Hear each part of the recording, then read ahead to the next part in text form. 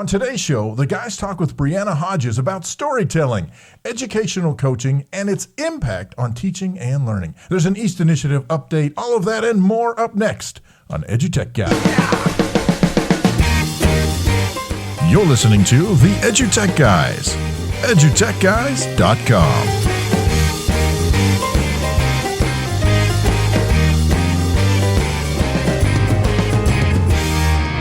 Hello and welcome to EduTechGuys. I'm David Henderson. Hey, I'm Jeff Madlock. Hey, how's it going out there? I almost forgot it for a second. Didn't know who it was. I almost forgot who you were. Well, I thought you were Sting, so I thought it was in the presence of greatness. I'm Stang. Stang. Put a K on it. I got a hard K on it. It's a silent K. Stang. It's a silent K on there.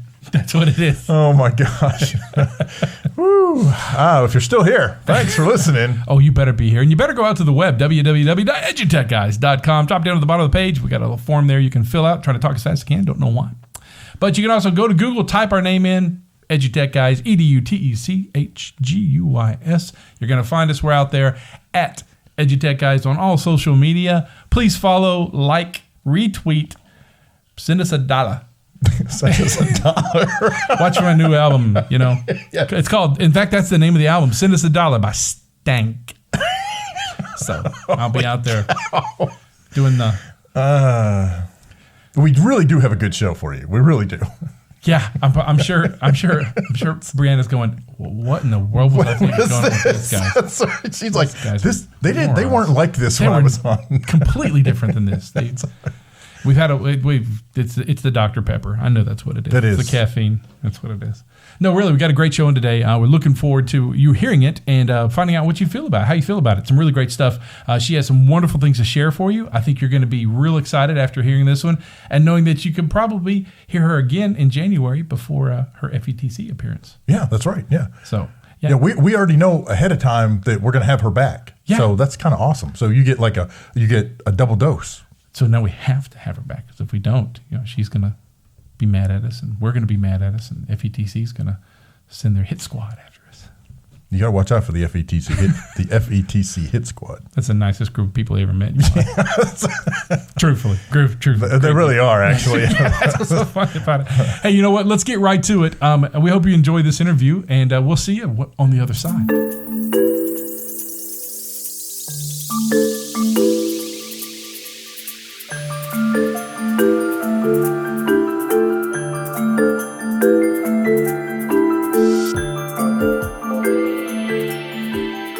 Hey, welcome back to the EduTech Guys. Yeah. We're really excited to have our next guest on the show, and we're going to let her introduce herself and tell us who she is and what she does and all that kind of good stuff. So here we go. Hey, y'all, it's Brianna Hodges. I am the Future Ready Coaches advisor and spokesperson, and I am super excited to really kind of just jump in with you guys today and talk about what coaching and story and strategy and students and voices and learners of all ages and stages, really what all of that means whenever we talk about it together and how to kind of approach these things. Oh, yeah, awesome. Absolutely. So let's talk about coaching first of all, because I think, I don't know. Part of me thinks maybe we should start with story because that kind of ties it all together, really. Well, now you're stealing my thing, right? I'm sorry. I think that's part of it is that when we talk about coaching, because that seems to be, it's a huge topic for us. Mm-hmm. I grew up in a small town in Texas, and what that basically means is that small towns in Texas, when you talk about coaching, you mean football coaching or athletic coaching.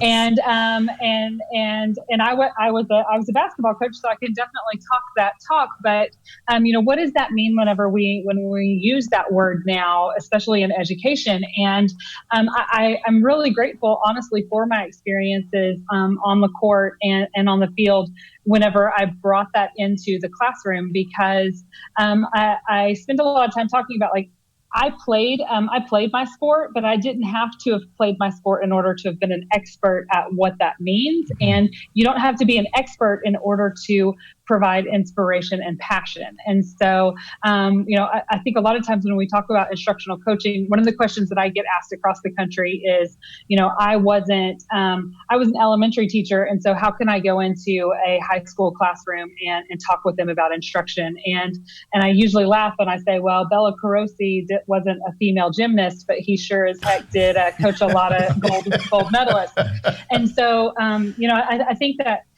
what that means is that, how we're not here in my mind as instructional coaches to really get granular on the content. We're there to talk about pedagogy and strategy. And so what we do when we do that is we've got to get to the heart of learning, which is story. So we've got to know the story that the teachers are bringing. We've got to know the story that the students are bringing.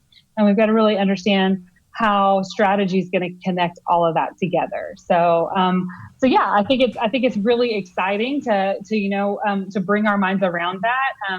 I laugh because coaching is also one of those things that we kind of channel that Princess Bride where we say the word, but we don't really quite know what that means because people throw that word around a lot, and we say that we're going to talk about coaching, but for some of us, we mean instructional coaching. For sometimes we use that word and we mean, kind of a content specialist or content mastery person who's going to come in and look at testing and different pieces. And so it's been complicated as somebody who works around the country on that topic to really help narrow in what we mean by that. Unfortunately, there's not a consistent title that's used when we talk about instructional coaching. And so that makes it really tricky, which then, especially when we start looking at like instructional leadership and you start to be dependent upon all the people who are around you and what their experience with it has been in order to help form that role. So again, story becomes super, super important as we go through each one of those pieces. Well, and I think you touched on a very important, several things in there, but a couple that I'm going to pull out. The whole idea that there's not this singular definition, not just for coaching or instructional coaches or instructional facilitators or the 8 million other titles that exist in education where, it's not the same thing between any two places. I think that's one of the things that can possibly or potentially throw some people off. I'm curious to know when people approach you or you approach districts that you're going to work with, and they want coaching, how much time and effort goes into explaining exactly what you're going to do and frankly, what you're not there to do? So I think that's really interesting. And I love that your last part of what are you going to do versus what are you not there to do? Because I think that also, especially, are you an ed tech coach? Are you, what is that? What does that mean? Are you, how do you help? And I want to pause for a second and say that I appreciate the flexibility that comes with not narrowing a specific idea of like, okay, well, because that's what we say that we're after in education is we're after individuality and, having a lot of that autonomy that helps us be flexible. But at the same time, it's also what can be very difficult because again, we can get trapped into certain intent off of what other people's experiences have been. And right. So, I think that for me, one of the biggest pieces whenever I work with districts, whenever I'm working with coaches, when I'm working with teachers, whatever that case is it's really the very center elements of UBD, of just like we would do whenever we're designing our lessons or anything like that. It's what is it that we're trying to achieve? And so if I come at it from a professional learning standpoint and I'm working with a district, what is it? And I call them your heartbreak stories. This is what I used to use. I was a secondary English, I was a middle school English teacher. And so worked a lot through writing and through ethos, pathos, and logos and all those different pieces. And whenever I would talk with my students, I always asked them not to focus on the things that they loved, but what were the things that broke their heart about something, because then that's where you have that's where you can identify opportunity to improve so much faster than if all you do is focus on the things that you really like, right? So whenever we are looking for professional learning opportunities or those gaps of where we want to increase and improve, we need to find what it is that breaks our heart. And so if we know what those challenge points are, so that's going to look different for every campus. That's going to look different for every district. And it's interesting because, I can go into a district where there's 25,000 students and maybe they have 18 different campuses, or I can go into a district where they have 250 students and there's one school that's K through 12, and you have one teacher per grade, and they're going to have different needs, but they're also going to be very similar in it, right? And so I think that's one of the things that we have to really finitely define, and it's one of the most difficult things as an instructional leader. I was a district administrator. I sat in all those cabinet meetings as well, where we would be, okay, what are we going to do next? Right. How are we going to make this happen? And it's really, it's a bit overwhelming to look at all your scores, to look at your needs, and to focus on those elements, knowing that they're going to change the very next year as new students come in, but also trying to figure out and predict where those strategy elements need to come in becomes really, really important. And honestly, it's something at the district level that we don't give enough opportunity to really dig into. In my opinion, I think that we look at the outcome, but then we don't look at how can we really, what do we need to put into it in order to change that outcome. So it gets to be kind of interesting. The last piece that I'll say on that is really important in my mind, and I spend a lot of time talking with instructional leaders, whether it's principals and superintendents and instructional coaches, is having that collaborative opportunity to have those discussions together. It's not a superintendent telling principals, hey, I've budgeted for coaching and now you're going to have coaches. Like that right. That it's got to be more than that. And it's got to be more than like if all of a sudden a coach has been brought on board, then they're assigned to this campus. That can't be the only conversation, because when we're talking about instructional strategies, we've got to make sure that our principals and our coaches are on the same page and talking the same languages, or we're not going to see improvement either. We're going to have a popularity contest, right, and that's not going to be effective. So, really understanding that. So for me as a consultant, absolutely needing to understand what the needs are of that district, but even more so helping those principals and those district leaders understand how they're going to leverage their capacity. They're within their own is equally, if not more important than that. Yeah, I was just going to say, I can't imagine how much time you have to spend kind of on the front end or at the beginning of any time you're brought in, just taking care of that side of things. Yes, you've budgeted the money, and thank you. And yes, you're going to have a coach, and thank you.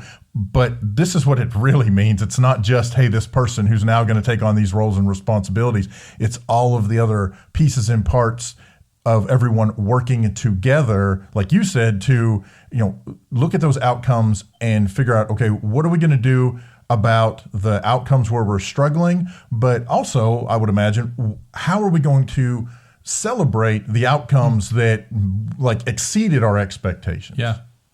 Right. Absolutely. I mean, it's the same. And again, if you take that parallel over to athletic coaching, right? Like, you don't hire coaches and then go, whatever you interpret as success is, there's some commonality that come in, some core understanding elements that are there. Everybody's going to take it on their own. I like to call that our flavor, right? Like, we all know we're having ice cream, but we get to decide what flavor of ice cream we're going to have, right? Yeah. And so it's the same kind of thing when especially through instructional coaching. I can't tell you how many times I've gone into districts and we'll have one instructional coach who's maybe serving 3 different campuses, and their core responsibilities are different at each campus because the principal is seeing them being used in a different way. And we're talking significant differences, like filling in for classes as a substitute on one campus versus leading in a shoulder-to-shoulder true peer coaching environment on a different campus. And, that's where it starts to get really difficult to promote that consistency.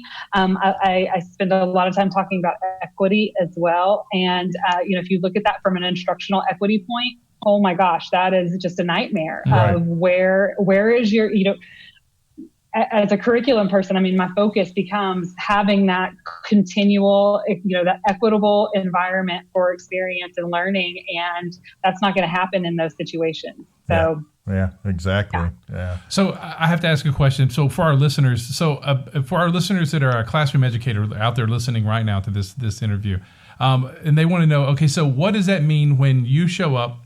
And what does that mean for me as the math teacher that's coming into, you're going to be there for a day or 2 days or maybe a week. What's it going to be like for me? What am I going to experience? What can I expect? So one of my favorite things when I'm working with the classroom, and part of this comes from my background. So my background before I was in education was actually in politics and in public relations and marketing. And my undergrad is in English literature. So I am a ridiculous story nerd, and I will just go ahead and say that. That said, I was really, really fortunate and blessed to have amazing teachers all through my learning experience, and I'm still blessed by some amazing teachers.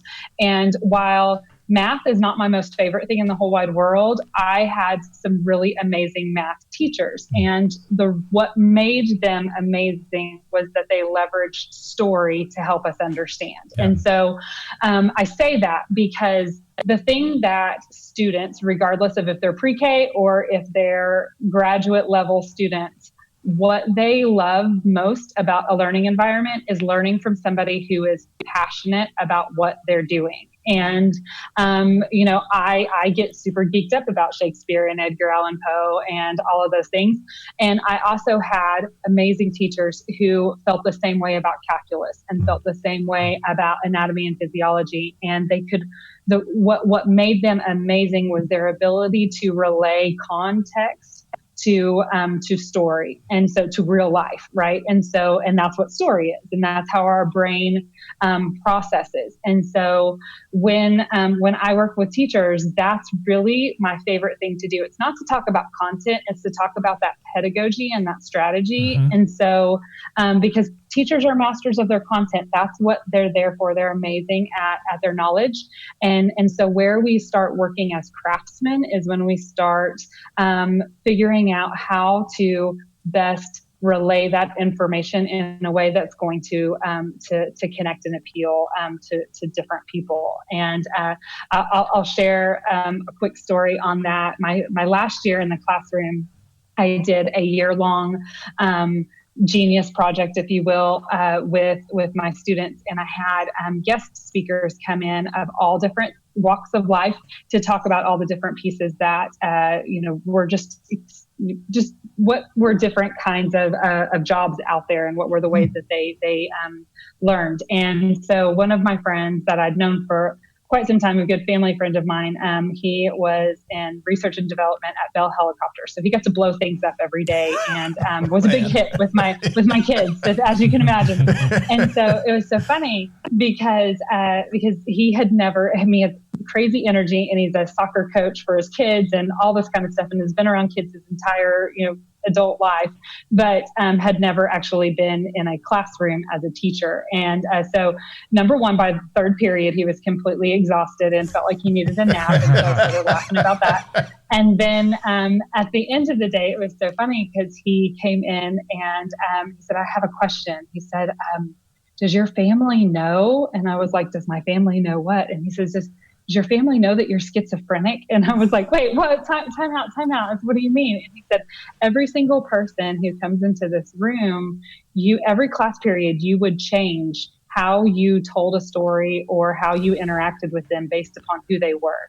And you communicated, you picked different words, or you used a different story to tell them or whatever." And I was like, "Well, that's not schizophrenia. That's just what people do. You match you match based on that. And Exactly. so, I think that's one of those things that we forget sometimes when we're teaching, because we get stuck into that this is the way that this is the information and this is the way that we got to tell it. And so I think that's what you could probably expect from me, is for me to push you on creating that story experience for kids, to really, and when I say kids, I mean all ages and stages, Sure, right? Whether sure. you're an adult, whether you have gray hair or no hair or whatever it looks like, That's right. we all want to have that context. We want to know how this applies to us. And that's what I love to do, is try to help you figure out how to do that. So I have to ask this question too. So what's harder, getting someone to be a storyteller, or helping them figure out the stories they need to tell? That's a two-sided one. That is a two-sided one. I would say probably, what stories do you need to tell? Because everyone is a storyteller. Mm-hmm. There is not a single person. It's how our brain works. It's how communication works. Every single one of us is a storyteller. We tell stories whenever we are talking with our friends about what our favorite movie is, or our favorite song, or our favorite game that we play, or any of that, right? We always are telling stories. The trick is knowing how to match it to our situation, and how to share it in a way that people can then process. Because the other part of that is that even though we are all storytellers, and there are only so many certain kinds of experiences that are out there, so all of us are going to find something that we can relate to. It takes a little bit of craft to find that connection point and know when you see it. Yeah. So. Yeah. And that's one of the things, talking about knowing which types of stories to tell, and frankly, which ones not to tell. My daughter, and I know I'll share my story, or one of mine, is my daughter is a senior in high school, and she's taking college algebra concurrently.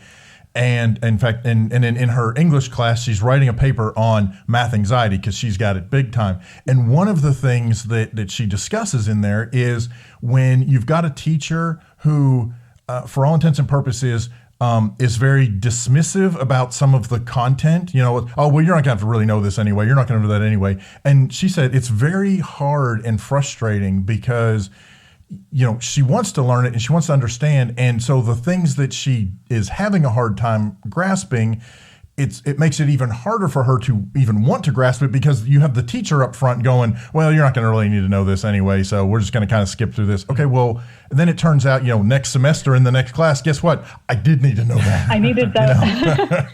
Exactly. And I think that's, I think you hit on something too on that, of, as teachers, what's the question that you get asked every single day in a classroom? It's going to be one of two. Why do I need to know this? Or is it going to be on the test? Right. Those are those two questions. And they're actually the same question, basically, right? Because usually if it's the why do I need to know this, then the response becomes, well, because it's on the test. And so, we have to start to think about that. And I remember my first year teaching, I was teaching 8th grade, and I had the quintessential snarky 8th grade boy, right, that raised his hand and said, why do I need to know this? And he wasn't being rude about it in any form or fashion. I mean, he was a snarky 8th grade boy, but what did he mean by that question? He needed to know why. Right. And if I had said, because it's on the test, does that tell him why he needs to learn it? Right. No. That just tells him if he cares about getting a good grade on the test, then that's that, but that shouldn't be his reason. And, I challenge teachers and all of it. I mean, again, from a district administration perspective too, we have to have a why for what it is that we're asking. And it can't just be for a grade or to check off a list. And the reflex of that as well, we can't just throw a whole bunch of stuff out there and then go, well, you won't need to know any of that. And because then again, what does it do? It waters down and it dilutes the reason for it. Well, if none of it's important, then why the heck are we even doing it? Right. Exactly. Exactly. So I have a question. Yeah. So I'm going to put you on the spot here. Your top 3 or top 5 elements to a good story that every teacher should have. What are your top 3 or top 5 elements to, because when I think about telling, I was a band director for a long time. So, everything tied to a story, you know how we coaches do. That's what we do. We have it tied to something. And, most of the time, 90% it was funny.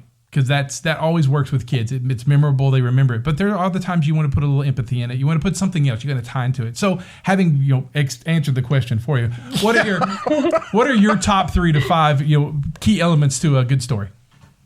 Well, you have to have interest, right? And so that interest comes in, and this is actually, it's brain science, right? So your interest point comes from, it's your brain is good. Okay, I'm going to totally geek out right now, just by the way.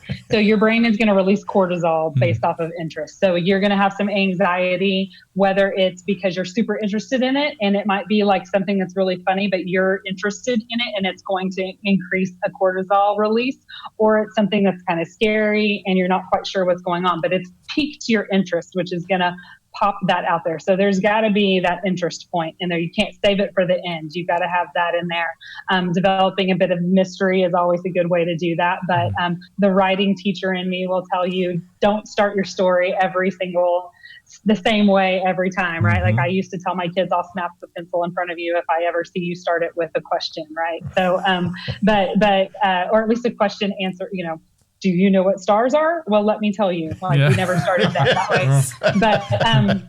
But building that interest is definitely important.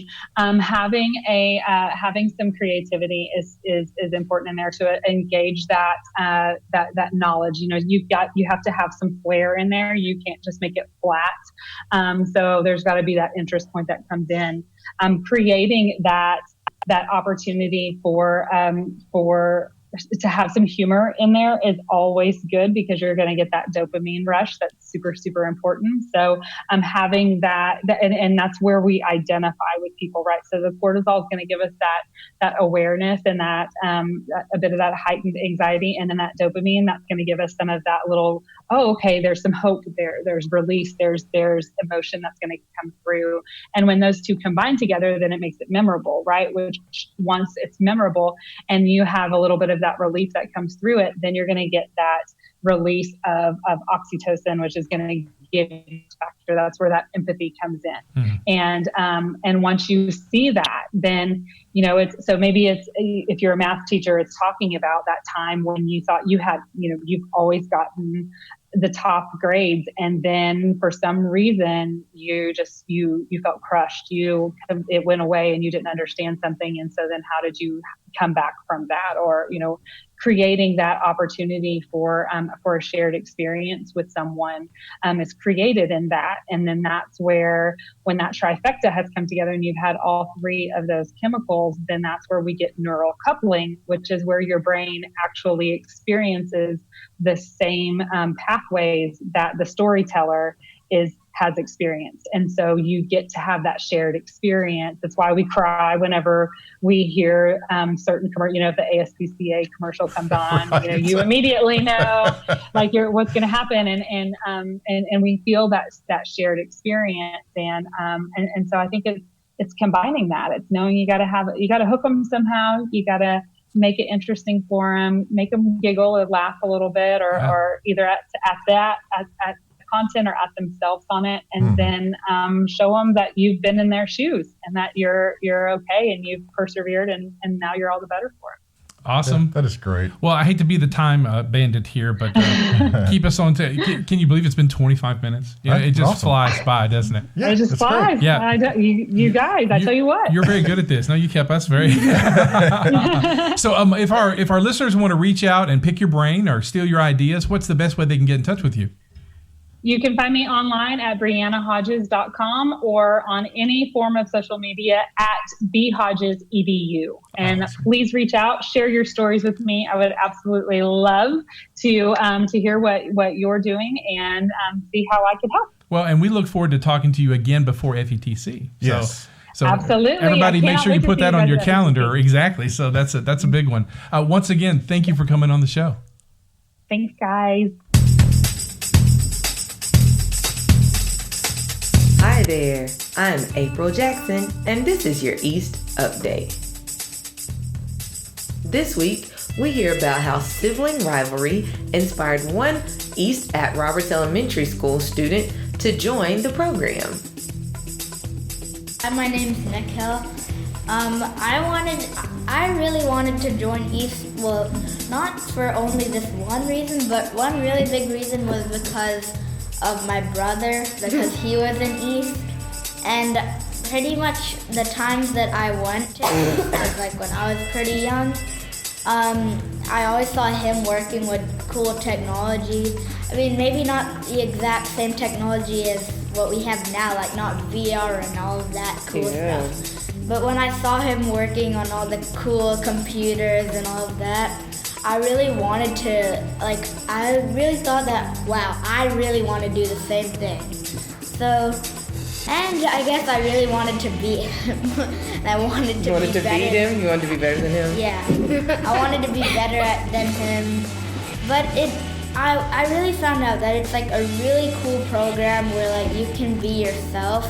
Like if you really love technology and you don't really necessarily, like your parents don't really allow you to get like such really big technology and like that, then East is like a place where you can do something good at the same time and you can play with like really cool technology. If you're interested in hearing more about East students and how they are growing and learning about technology, visit our website at eastinitiative.org or follow us on social media at The East Initiative.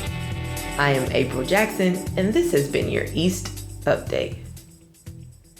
Hey, thank you so much to April Jackson and the folks at the East Initiative for sharing that story about the effects and the consequences of sibling rivalry. Yeah, on getting people to, getting other students into East. Yeah, I mean, I don't know. I'm very curious.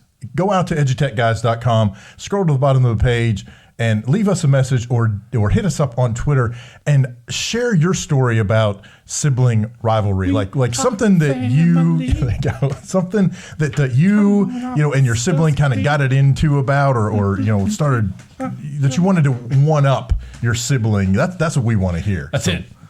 I'm going to build a rocket engine and I'm going to show you. Shoot me like a rocket in space.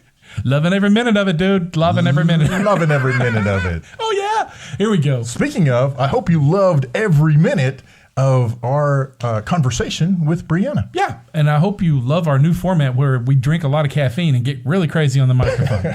So it's a lot of fun. Crazy on the mic. Crazy on the mic. It's become that. We are like The Voice, but no, not The Voice at all. Anyway. So, hey, it's been a great show. I've had a good time. I've had a good time. Don't forget to visit us on the web, www.edutechguys.com. Don't forget to hit us up on social media at EduTechGuys. Tweet, retweet, like, love, send us texts and DMs about how wonderful that you think we should probably keep trying to do this better.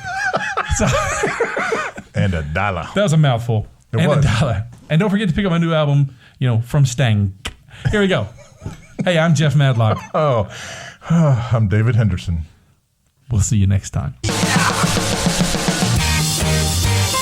You've been listening to the EduTech Guys. EduTechGuys.com.